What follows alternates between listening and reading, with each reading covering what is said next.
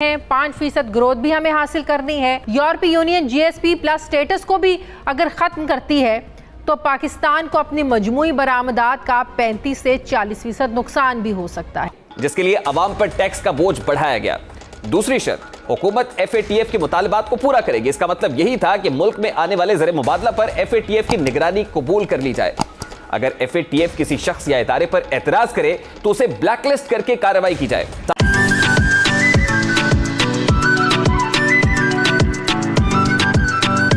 Hello नमस्कार दोस्तों, स्वागत है आपका मेरे YouTube चैनल में।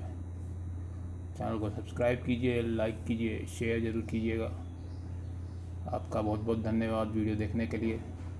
चलो वीडियो को स्टार्ट करते हैं और देखते हैं क्या हुआ। कि 2008 में जब हम IMF में गए थे उस वक्त माहौल बहुत मुनासिब था, ताहम अब माहौल कुछ और है। एक तरफ IMF की शराइत हैं तो दूसरी तरफ हमारे टारगेट हैं। गर्दिशी कर्जे भी कम करने हैं, 5% ग्रोथ भी हमें हासिल करनी है। यूरोपीय यूनियन GSP प्लस स्टेटस को भी अगर ख़त्म करती है तो पाकिस्तान को अपनी मजमूई बरामदात का 35 से 40% नुकसान भी हो सकता है। और ग़ज़ाई दरामद जो बिल है इस साल 55% से बढ़कर 6.12 बिलियन डॉलर तक पहुंचा है, जिसकी वजह चीनी और गंदम की दरामद है। हम इस IMF के प्लान्स में इस तरह फंस चुके हैं कि हमें अपने टारगेट्स को भी अचीव करने के लिए उस प्लान पर डिपेंडेंट रहना पड़ता है।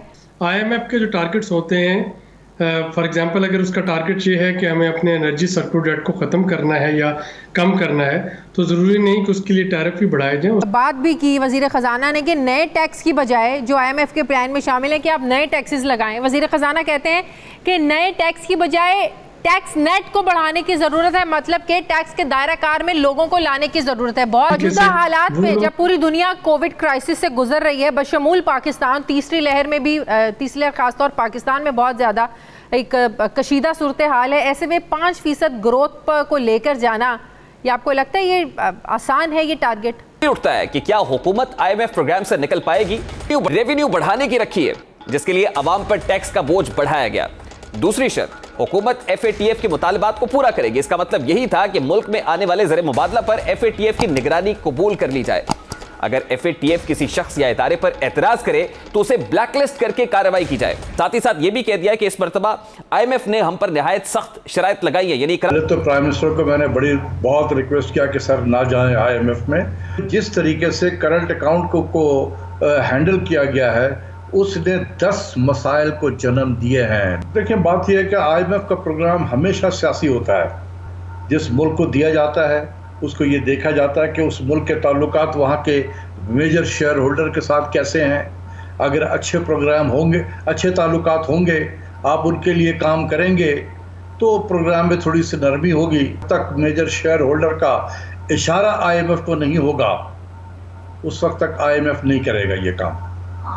आप पाकिस्तान जो भी कहता रहे, तो यार असल तो हमें डॉलर की ज़रूरत होती है ना, हमें सिर्फ डॉलर की ज़रूरत होती है कि एक तो अपने करंट अकाउंट के खसारे को पुर करना और दूसरा जो माजी में कर्जे लिए हुए हैं उसकी अदायगी करना। इस मरतबा खसारा तो आपका बहुत कम हो गया है, तो थोड़ा अपने घर में डॉलर को या तो डॉलर अर्न कर लें या डॉलर को सेव कर लें, तो बजट में कितनी गुंजाइश निकलेगी।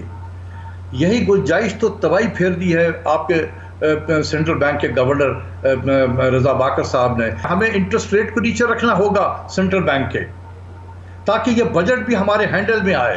बढ़ेगा रेवेन्यू तेजी से नहीं बढ़ेगा तो आपका बजट का खसारा बढ़ेगा, आपकी बोरिंग बढ़ेगी, आपका कर्जा बढ़ेगा। वो इतराफ कर रहे हैं कि ये प्रोग्राम मुश्किल है लेकिन निकल नहीं सकते। इस हवाले से हमारे पास कोई क्लैरिटी नजर क्यों नहीं आ रही? राणा साहब एक बड़ी मुश्किल में फंस गए हैं। मुल्क जो है, मुल्क की मईशत जो है वो IMF के बगैर चल नहीं सकती, और वजीर ख़जाना साहब इस चीज़ का इजहार कर रहे हैं कि शायद वो IMF के प्रोग्राम के साथ नहीं चल सकते। हुकूमत पाकिस्तान ने IMF के साथ फरवरी के महीने में एक एग्रीमेंट साइन किया। उसके बाद मार्च के महीने में IMF का एग्जीक्यूटिव बोर्ड आ, उसने पूरी रिव्यूज़ की, और फिर मार्च की 30 तारीख को हमने $500 मिलियन भी वसूल कर लिया उनसे कि हमें आपकी सारी शराइत मंजूर है। हम माजी में भी IMF प्रोग्राम्स में जाते रहे हैं, दीगर हुकूमतों में भी, लेकिन क्या वजह है कि इस मरतबा इस प्रोग्राम को बहुत मुश्किल और पेचीदा बनाकर पेश किया जा रहा है? 22 करोड़ पाकिस्तानियों की जो मईशत है वो बड़ी सिंपल मईशत है। उसका IMF से कोई गहरा ताल्लुक नहीं है। वो तो कहते हैं कि भाई आटे की कीमत जो है वो 35 रुपए किलो थी आज से 2.5-3 साल पहले, आज वो 70-75 हो गई है। वो ये कहते हैं कि चीनी की कीमत जो है वो 55 रुपए थी 2.5-3 साल पहले, आज 100 से ऊपर चली गई है, उसका कुछ बंदोबस्त करें। 22 करोड़ पाकिस्तानियों का कोई ऐसा मामला नहीं है कि IMF क्या कर रही है या नहीं कर रही, वो आटे चीनी के चक्कर में है। तो आटे की कीमत क्या कम हो जाएगी अगर हम IMF के पास जाएं? क्या IMF से जो हमने मुआहदा किया है क्या उसके नतीजे में आटे की कीमत बढ़ी है? वाकई में हमारी मईशत के सारे इशारे जो हैं वो मस्बत जा रहे हैं, तो IMF जो है वो तो खुद से ये कहता है कि हम उन ममालिक की मदद को जाते हैं जिनकी मईशत जो है वो अस्पताल में इंटेंसिव केयर यूनिट में पड़ी होती है। तो अगर हमारे मईशत के इशारे मस्बत जा रहे हैं तो फिर हमें IMF में जाने की क्या जरूरत थी? अच्छा, अगर